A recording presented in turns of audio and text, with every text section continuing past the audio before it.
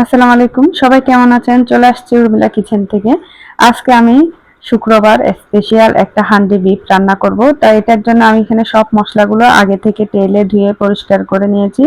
এখানে কিন্তু সব ধরনের মশলা ছিল। এই মশলাটা কিন্তু আমি বেটে একটা ছোট একটা বয়ম ভরে রাখি দিই। কারণ এটা আমি প্রতিটা মাংসের পরে একদম লাস্ট পর্যায়ে এটা আমি দিয়ে থাকি। তো এই যে দেখেন স্পেশাল মশলাটা আমার বানানো হয়ে গিয়েছে। আর এখানে আমি কাঁচামরিচ কিছু বেটে নিয়েছি। কাঁচামরিচটা বাটার পরে আমি কিছু পেঁয়াজটাও বেটে দিব। এটার মধ্যে আমি কিন্তু সবকিছু বেটে তারপর রান্না করব। এই যে পেঁয়াজটা এখন বাটার জন্য নিয়ে নিলাম। পেঁয়াজটা আমি আগে থেকে ধুয়ে পরিষ্কার করে নিয়েছি। তারপর যে হাঁডিটার মধ্যে রান্না করব আগে থেকে আমি সেই পাতিলটা পানিতে ভিজিয়ে বেশ কিছুক্ষণ রেখে দিয়েছি। এখানে পেঁয়াজ বাটা হয়ে গিয়েছে আর মাংসটা নিয়ে নিলাম। এখানে আমি দিয়ে দিয়েছি মরিচ বাটা, পেঁয়াজ বাটা আর রসুন বাটা দিয়ে দিয়েছি। তারপর আদা বাটা দিয়ে দিলাম। আদা বাটাটা ৩-৪ চামচের মতো দিয়ে দিয়েছি আর সামান্য লবণ দিয়ে দিলাম।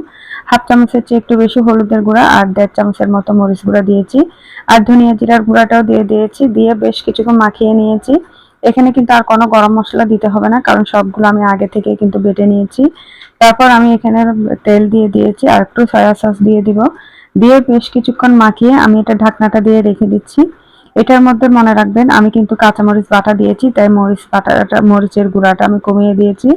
এখন যে হাঁডিটা রান্না করব সেটা আমি বসিয়ে দিয়েছি পাতিল। তারপর এখানে তেলটা দিয়ে দিয়েছি। তেলটা গরম হয়ে আসছে। ৩-৪টা রসুন আর কয়েকটা কাপ শুকনা মরিচ, তেজপাতা দিয়ে তেলটা একদম গরম হওয়া পর্যন্ত অপেক্ষা করছি। বেশ কিছুক্ষণ নাড়াচাড়া করে তেলটা যখন গরম হয়ে আসছে, এখন যে মেখে রেখেছি মাংসটা, সেই মাংসটা আমি দিয়ে দিচ্ছি। মাংসটা দিয়ে ভালোভাবে নাড়াচাড়া করে একটু ঢাকনাটা দিয়ে বেশ কিছুক্ষণ রান্না করব। অনেকক্ষণ পর্যন্ত আমি এটা কষানোর জন্য রান্না করে নিচ্ছি। এই পর্যায়ে চুলার আঁচটা কিন্তু আমি কমিয়ে রেখেছি। প্রথম দিকে আমি 10 থেকে 15 মিনিট চুলার আঁচটা কমিয়ে রান্না করলাম। এই যে দেখেন এটা কিন্তু বলক উঠে আসছে। তারপর আমি কয়েকটা আলু দিয়ে দিয়েছি। আলুটা দিয়ে আরো কিছুক্ষণ পর্যন্ত এটা কষাবো। একদম কষানোটা হয়ে আসলে তারপর এখানে আমি আরো যা যা লাগে সবকিছু দিয়ে একদম মুখটা বন্ধ করে দিব। এই যে দেখেন আলুটা একদম সিদ্ধ হয়ে আসছে। তারপর এখানে এই যে দিয়ে দিয়েছি ঝোলের জন্য কিছুটা পানি। তারপর দিয়ে দিচ্ছি কয়েকটা টমেটো।